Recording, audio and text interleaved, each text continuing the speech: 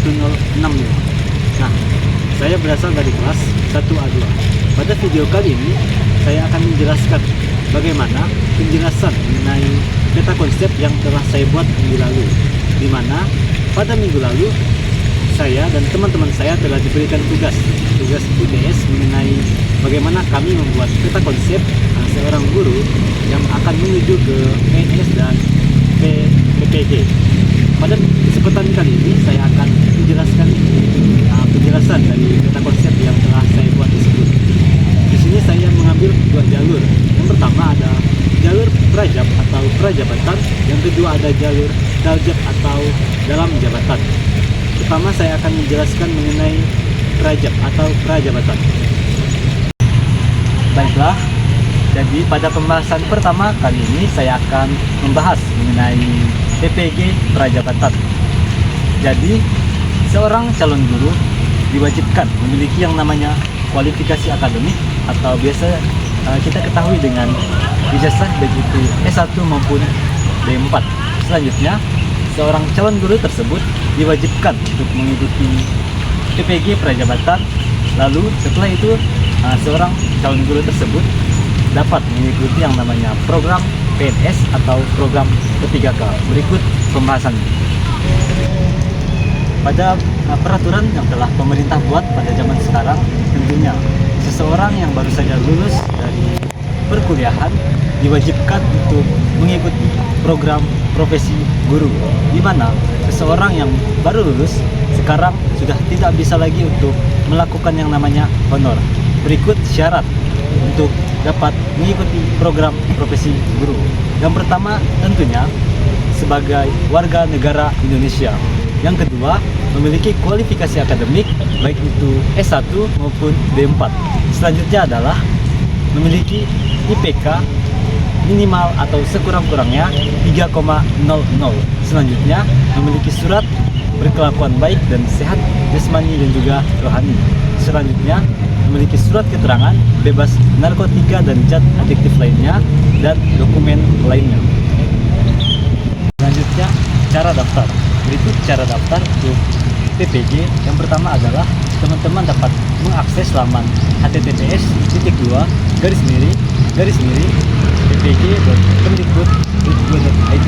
Yang kedua, teman-teman dapat memilih daftar PPG. Lalu yang ketiga, teman-teman dapat memilih daftar sebagai peserta. Langkah yang keempat, teman-teman dapat melakukan pendaftaran aplikasi SIM PKB melalui atau menggunakan email aktif. Yang kelima, teman-teman dapat melakukan yang namanya pengisian data diri yang diminta seperti nik, nama, jenis kelamin, dan lain sebagainya. Yang selanjutnya yaitu verifikasi kemahasiswaan seperti program studi yang dipilih dalam PPG tersebut. Selanjutnya teman-teman dapat melakukan pembayaran untuk dapat mengikuti tes substansif, dan yang terakhir teman-teman dapat melakukan yang namanya pencetakan kartu tes substansif. Baiklah semuanya, setelah melakukan pendaftaran, selanjutnya peserta akan melakukan yang namanya seleksi, di mana seleksi ini dibagi menjadi beberapa tahap. Yang pertama yaitu seleksi administratif, yang kedua yaitu tes substantif, dan yang ketiga yaitu tes wawancara. Baiklah teman-teman, setelah tahapan seleksi tadi, selanjutnya peserta dapat menunggu hasil pengumuman dengan cara yang pertama, login di laman ppg.kemdikbud.go.id. Selanjutnya, peserta dapat login di SIM PKB lalu klik masuk. Setelah itu, teman-teman harus memasukkan alamat email serta kata sandinya. Setelah itu, pada halaman utamanya akan muncul notifikasi mengenai PPG. Setelah itu, teman-teman dapat mengklik hasil pengumuman tes substansif, maka hasilnya akan muncul pada layar dan teman-teman dapat melihatnya. Nah, setelah dinyatakan lulus sertifikasi atau PPG, peserta dapat melakukan atau mengikuti tes PPPK atau biasa kita dengar dengan P3K atau pegawai pemerintah dengan perjanjian kerja. Setelah itu, peserta tersebut dapat melakukan pendaftaran nih dengan mengecek formasi syarat secara berkala, karena pemerintah selalu membuka secara berkala pendaftaran melalui situs resmi BKN dan portal SSC ASN. Nah, setelah peserta melakukan pengecekan pendaftaran secara berkala melalui situs yang telah disediakan pemerintah, peserta dapat memenuhi persyaratan yang disediakan, seperti yang pertama yaitu kualifikasi akademik, baik itu ijazah S1 maupun D4. Yang kedua tentunya sebagai warga negara Indonesia. Yang ketiga tentunya tidak divonis penjara serta tidak pernah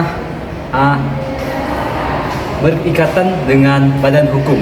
Yang keempat selanjutnya memiliki kartu keluarga, kartu tanda penduduk, dan surat keterangan dari Dukcapil serta pas foto dan transkrip nilai. Nah, setelah itu peserta wajib melakukan yang namanya pendaftaran.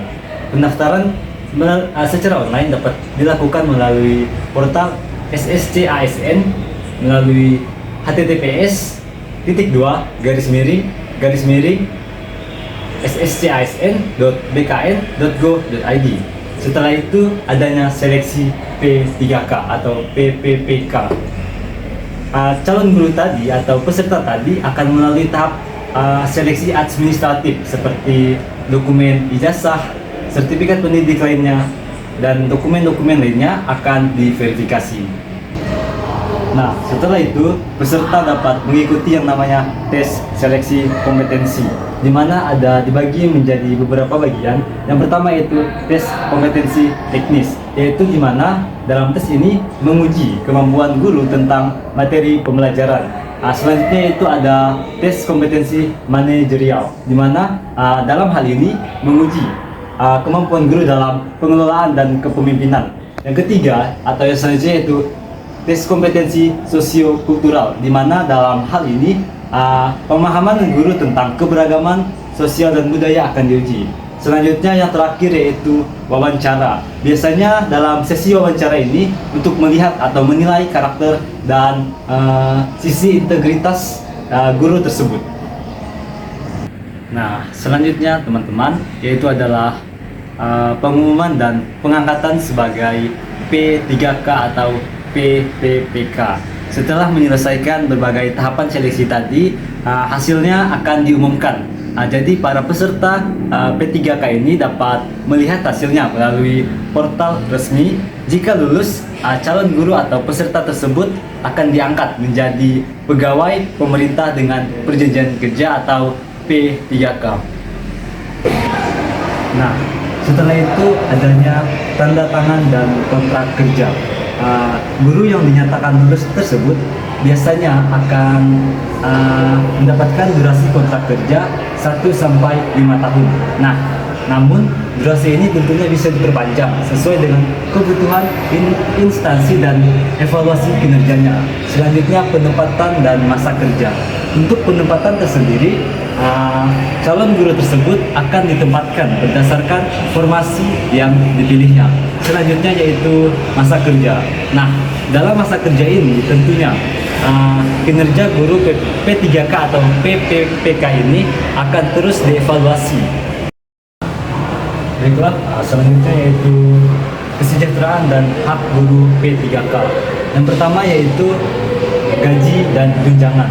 Nah, seperti yang kita ketahui, salah satu hal yang membedakan antara guru P3K dan guru PNS yaitu untuk guru P3K tidak memiliki yang namanya pensiunan seperti guru PNS.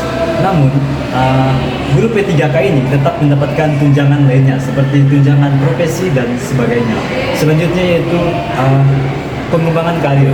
Nah, tentunya guru P3K ini juga memiliki hak yang sama seperti guru PNS untuk melakukan pengembangan karir seperti mengikuti pelatihan, workshop dan sebagainya.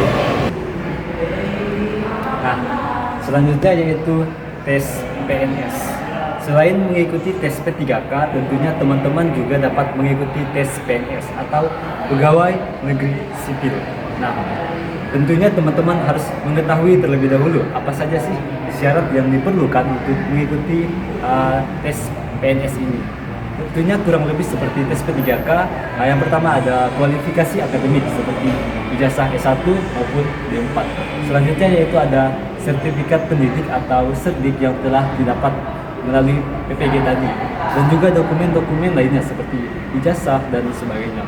Selanjutnya yaitu melakukan pendaftaran. Tentunya setelah teman-teman mengetahui syarat apa saja yang diperlukan, teman-teman harus melakukan yang namanya pendaftaran. Dilakukan dengan melihat di situs resmi https://sscasn.bkn.go.id. Lalu teman-teman dapat mengisi formulirnya tersebut dengan baik dan benar, melakukan pendaftaran dengan baik dan benar, mengisinya sesuai dengan yang diminta. Lalu teman-teman juga harus mengkonfirmasi pendaftaran. Halo semuanya. Selanjutnya di sini saya akan menjelaskan alur seleksi PNS ini, di mana seleksi yang pertama yaitu ada seleksi administratif. Dokumen-dokumen seperti ijazah, sertifikat pendidik, KTP, dan dokumen lainnya akan diverifikasi. Selanjutnya yaitu tes kompetensi dasar atau SKD, di mana ini adalah tahapan awal untuk tes yang akan diuji kepada teman-teman. Tentunya hal ini mencakup 3 komponen. Yang pertama adalah tes wawasan kebangsaan atau biasa dikenal dengan TWK. Tentunya ini akan menguji pemahaman tentang Pancasila. Yang kedua yaitu adalah tes inteligensi umum atau TIU. Tes ini untuk mengukur kemampuan kognitif dan logika calon guru atau teman-teman yang akan diseleksi. Dan selanjutnya yaitu tes karakteristik pribadi atau TKP, mengukur seperti perilaku kerja, kepribadian, termasuk juga tes seleksi kompetensi bidang SKB dan sebagainya. Nah, selanjutnya saya akan menjelaskan mengenai pengumuman kelulusan dan pengangkatan sebagai CPNS. Yang pertama adalah pengumuman. Tentunya pemerintah akan mengumumkan hasil teman-teman yang telah melalui berbagai tahapan tadi, akan diumumkan melalui portal resmi SSCASN atau BKN. Selanjutnya pengangkatan sebagai PNS. Teman-teman yang telah dinyatakan lulus akan diangkat menjadi guru pegawai negeri sipil atau PNS dengan masa uji coba 1-2 tahun. Selanjutnya yaitu pelatihan prajabatan dan masa percobaan sebagai CPNS. Yang pertama mengikuti pelatihan prajabatan.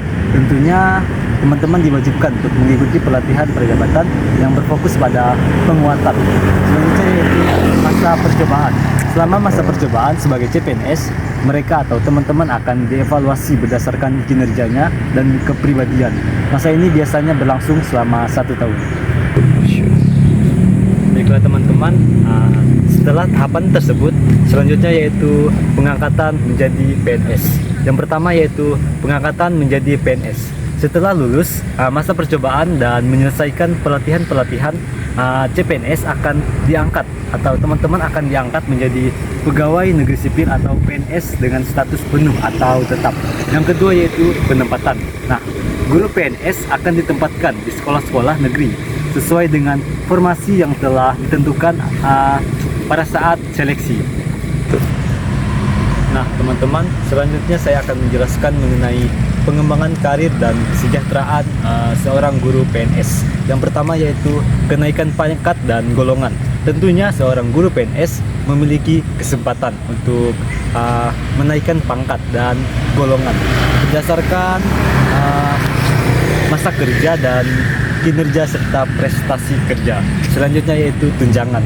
Nah, tentunya seorang guru PNS berhak untuk mendapatkan berbagai tunjangan seperti tunjangan profesi, tunjangan kinerja, fungsional, dan lain sebagainya. Selanjutnya yaitu pengembangan kompetensi. Nah, dalam pengembangan kompetensi ini, seorang guru PNS yang telah lulus tadi bisa mengikuti berbagai pelatihan dan sertifikasi untuk meningkatkan kompetensi profesionalnya. Selanjutnya yaitu saya akan menjelaskan juga mengenai alur guru Daljab. Jadi itu tadi pembahasan saya mengenai alur guru dari Prajab yang baru lulus di universitas sampai PPG, P3K, dan PNS. Tentunya alur-alur yang saya jelaskan ini sangat memiliki manfaat yang begitu luar biasa yang dapat nanti akan kami terapkan dalam dunia pekerjaan. Baiklah, pada kesempatan kali ini saya akan menjelaskan alur guru daljab atau dalam jabatan yang sudah mengajar atau terdaftar Dapodik. Di sini saya mengambil ada dua jalur atau dua alur. Yang pertama, guru yang sudah ASN tapi belum PPG. Maka guru tersebut harus daftar PPG atau dapat melalui panggilan khusus serta nantinya akan mendapatkan sertifikat pendidik. Jalur yang kedua yaitu guru yang honor atau sudah terdaftar Dapodik namun belum PPG dan juga belum ASN. Maka guru tersebut nantinya mendaftarkan diri PPG atau juga bisa melalui panggilan khusus, lalu sertifikat pendidik, dan guru tersebut dapat mengikuti tes P3K atau PNS, lalu tanda tangan kontrak serta adanya penempatan dan masa kerja. Baiklah, yang pertama di sini saya akan menjelaskan mengenai guru dalam jabatan yang belum PPG dan belum ASN. Dimana seperti yang kita ketahui bahwa guru yang sedang dalam jabatan yaitu guru yang sudah mengajar di persekolahan dan sudah tercatat di Dapodik. Nah, itulah yang dinamakan dengan guru dalam jabatan. Guru dalam jabatan ini juga harus mengikuti yang namanya PPG atau profesi kependidikan. Dan dalam proses PPG ini, guru tersebut dapat melalui panggilan khusus untuk mengikuti PPG maupun daftar mandiri. Namun perbedaannya, apabila panggilan khusus, guru tersebut dalam prosesnya biayanya ditanggung oleh pemerintah. Sedangkan untuk mendaftar mandiri, maka biayanya ditanggung sendiri oleh peserta PPG tersebut. Nah, mungkin teman-teman bertanya, bagaimana cara melihat panggilan khusus tersebut? Berikut caranya, yaitu teman-teman dapat membuka SIM PKB lalu dapat pilih menu masuk pada SIM PKB, street, admin, _personal. Yang kedua, teman-teman dapat memasukkan nama pengguna dan kata sandi. Selanjutnya, langkah yang ketiga, teman-teman dapat melihat dan informasi undangan tersebut akan ditampilkan pada dashboard akun. Yang terakhir, teman-teman dapat mengklik masuk, klik menu, lihat undangan, lalu untuk menampilkan detail undangan tersebut, teman-teman dapat melihatnya setelah teman-teman mengklik masuk dan melihat. Nah, langkah selanjutnya saya akan menjelaskan syarat PPG dalam jabatan. Yang pertama tentunya kualifikasi akademik, baik itu ijazah S1 maupun D4. Yang kedua, memiliki NUPTK. Lalu yang ketiga, terdaftar dalam Dapodik. Yang keempat, menjabat sebagai seorang guru di suatu instansi sekolah yang diselenggarakan oleh pemerintah atau bisa kita ketahui dengan sekolah negeri. Selanjutnya yaitu usia maksimal 58 tahun dan sehat jasmani dan rohani serta telah mengajar minimal 2 tahun serta memiliki kelakuan yang baik dan ditambah dengan atau dibantu dengan dokumen-dokumen lainnya. Nah teman-teman, namun dari berbagai informasi yang saya ketahui dan saya cari tahu, ternyata pemanggilan khusus untuk PPG ini tidak semudah dan tidak secepat itu. Maka dari itu, guru dalam jabatan ini dapat melakukan pendaftaran secara mandiri. Namun, seperti yang saya jelaskan di atas tadi, terdapat adanya perbedaan. Untuk guru yang melakukan pendaftaran secara mandiri, tentunya biayanya akan ditanggung oleh guru itu sendiri. Sedangkan jika guru tersebut melakukan atau melalui panggilan khusus, maka biayanya akan ditanggung oleh pemerintah. Berikut saya paparkan alur untuk mendaftar secara mandiri. Yang pertama yaitu login melalui aplikasi SIM PKB. Selanjutnya, klik menu pendaftaran PPG, lalu pilih PPG dalam jabatan. Setelah itu, teman-teman diharuskan atau diwajibkan untuk mengisi formulir pendaftaran dengan lengkap dan benar. Selanjutnya, mengunggah dokumen persyaratan pendaftaran. Lalu teman-teman harus mengklik simpan dan pendaftaran selesai. Halo teman-teman, pada bagian kali ini saya akan menjelaskan dimulai dari daftar PPG sampai dengan lulus. guru yang memenuhi persyaratan akan menerima pemberitahuan sebagai peserta PPG bagi guru tertentu melalui SIM PKB. Selanjutnya, guru peserta melakukan lapor secara daring di LPTK penyelenggaraan PPG. Setelah itu, peserta mengikuti orientasi mahasiswa PPG di LPTK, lalu peserta mengikuti pembelajaran daring melalui platform Merdeka Mengajar atau PMM. Setelah itu, peserta melakukan pendaftaran uji kompetensi peserta PPG, UK PPG melalui PMM. Setelah itu, peserta mengikuti yang namanya ujian tertulis berbasis komputer atau sering disebut dengan UTBK. Lalu peserta mengikuti penilaian uji kriteria. Setelah itu, peserta menerima pengumuman UK PPG. Lalu peserta yang lulus UK PPG akan mendapatkan sertifikat atau mendapatkan sertifikasi pendiri dari LPTK penyelenggaraan PPG. Peserta lulusan PPG dalam jabatan akan mendapatkan NRG secara otomatis pada tahun berikutnya setelah kelulusan UK PPG. Halo teman-teman, tetapi guru yang dalam jabatan ini walaupun belum PPG tetap dapat mengikuti tes P3K atau PNS, namun dengan syarat sudah terdaftar atau terdata dalam Dapodik. Setelah lulus PPG, guru dalam jabatan bisa langsung tes menjadi ASN. Misalnya tadi gurunya pengen tes PPG dulu baru tes ke P3K atau ASN. Nah, jadi guru yang sudah terdaftar Dapodik ini dapat mengikuti tes P3K atau tes ASN walaupun belum PPG dengan syarat terdaftar Dapodik. Nah, pada kesempatan kali ini saya akan memaparkan alur untuk melakukan pendaftaran P3K. Yang pertama yaitu pendaftaran seleksi PPPK atau P3K, yaitu dengan mengecek formasi dan syarat. Nah, pemerintah secara berkala akan membuka pendaftaran P3K ini melalui situs resmi Badan Kepegawaian Negara atau BKN dan portal SSCASN. Guru dalam jabatan harus mengecek formasi guru yang dibutuhkan di berbagai daerah serta syarat yang berlaku. Nah, tentunya sebagai guru yang ingin tes P3K, kita harus memenuhi persyaratan yang disediakan. Berikut ada persyaratan umum untuk mengikuti seleksi P3K. Di antaranya, yang pertama tentunya kualifikasi akademik. Yaps, tentunya hal ini sering saya jelaskan pada pembahasan sebelumnya, di mana kualifikasi akademik ini sangat dibutuhkan, yaitu berupa ijazah S1 maupun D4. Selanjutnya yaitu seorang warga negara Indonesia atau WNI.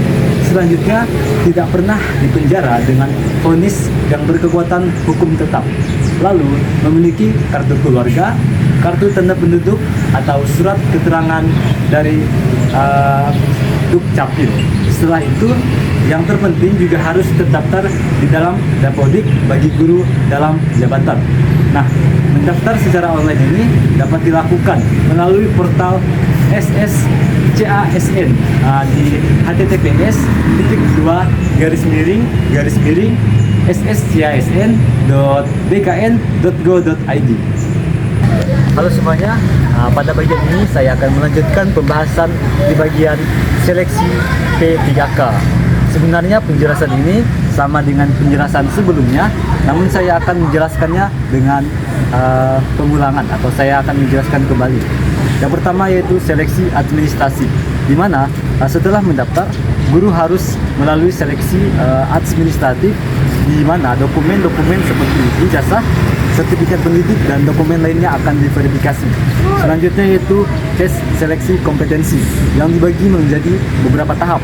Yang pertama adalah tes kompetensi teknis, yaitu di mana diuji pemahaman seorang guru tentang materi pembelajaran dan metodologi pengajaran.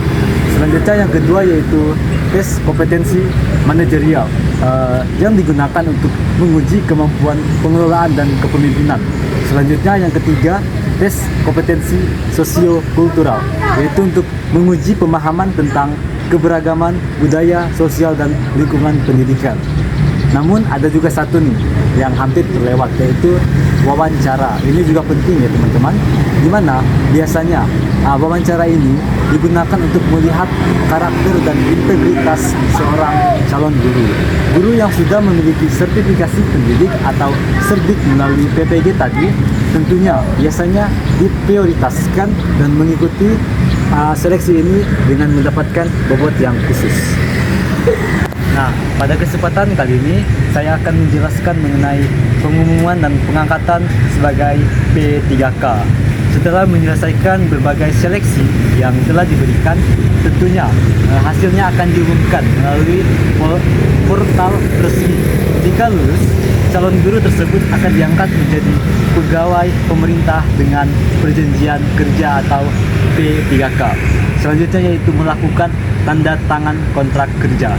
Guru yang diterima akan menandatangani kontrak kerja dengan durasi tertentu, biasanya 1 sampai 5 tahun, dan tentunya ini bisa diperpanjang lagi ya teman-teman, seperti yang telah saya jelaskan pada pembahasan sebelumnya. Selanjutnya penempatan dan masa kerja. Tentunya dalam penempatan dan masa kerja ini, yang pertama itu penempatan. Setelah diangkat sebagai guru P3K, maka akan ditempatkan di sekolah atau di tempat formasi yang telah dilamar. Selanjutnya yaitu masa kerja dan evaluasi. Tentunya kinerja guru P3K ini akan terus selalu dievaluasi secara berkala, seperti yang sudah saya jelaskan tadi. Nah, kontrak kerja ini juga bisa diperpanjang berdasarkan evaluasi dan kebutuhan sekolah. Selanjutnya mengenai kesejahteraan dan hak guru P3K.